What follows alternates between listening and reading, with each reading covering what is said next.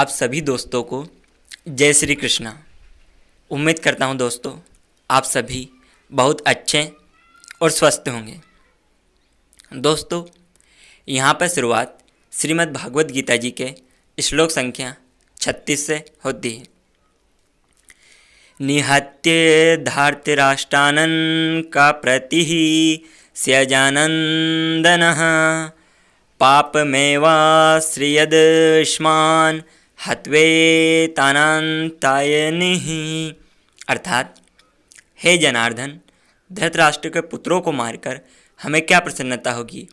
इन आततियों को मारकर तो हमें पाप ही मिलेगा, इनको मारकर हमें कौन सा सुख मिलेगा। दोस्तों इस श्लोक से हमें सीखने को मिलता है कि हमें कभी भी लालच नहीं करना चाहिए।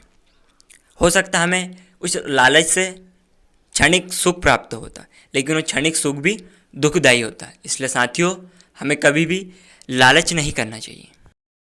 श्लोक संख्या 37। तस्मान्नारः वयं हन्तुं धार्तराष्ट्रान् स्वबान्धवान् स्वजनं हि कथं हत्वा सुखिनः स्याम माधवः। अतएव हे माधव, अपने ही बांधव धृतराष्ट्र के पुत्रों को मारने के लिए हम योग्य नहीं हैं, क्योंकि अपने ही कुटुंबों को मारकर हम कैसे सुखी होंगे। अर्थात दोस्तों अर्जुन जी यहाँ पे कहते हैं कि जहाँ बात करने से बात बन जाए दोस्तों, वहाँ पे शस्त्र नहीं उठाना चाहिए। श्लोक संख्या 38-39।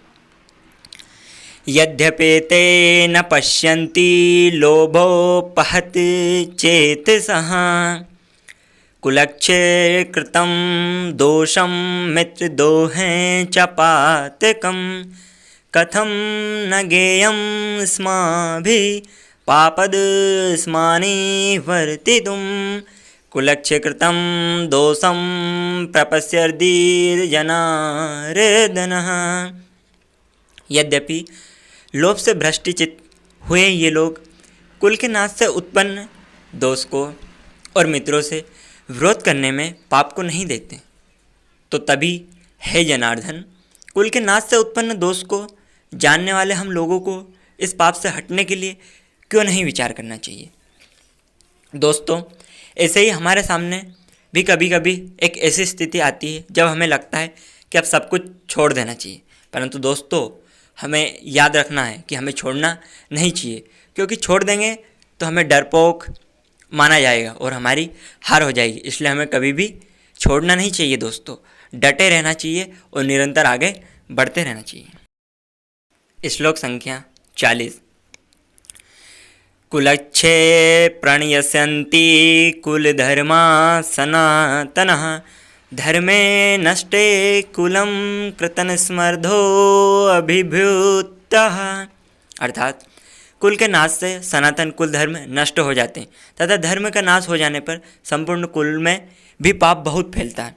अर्थात साथियों हमें अपने परिवार से हमेशा जुड़ के रहना चाहिए, क्योंकि एक परिवार ही है जो हमें हमेशा एक अनुशासित आदर्शों से जोड़कर रखता है और एक अनुशासित जीवन जीना सिखाता है। श्लोक संख्या 41।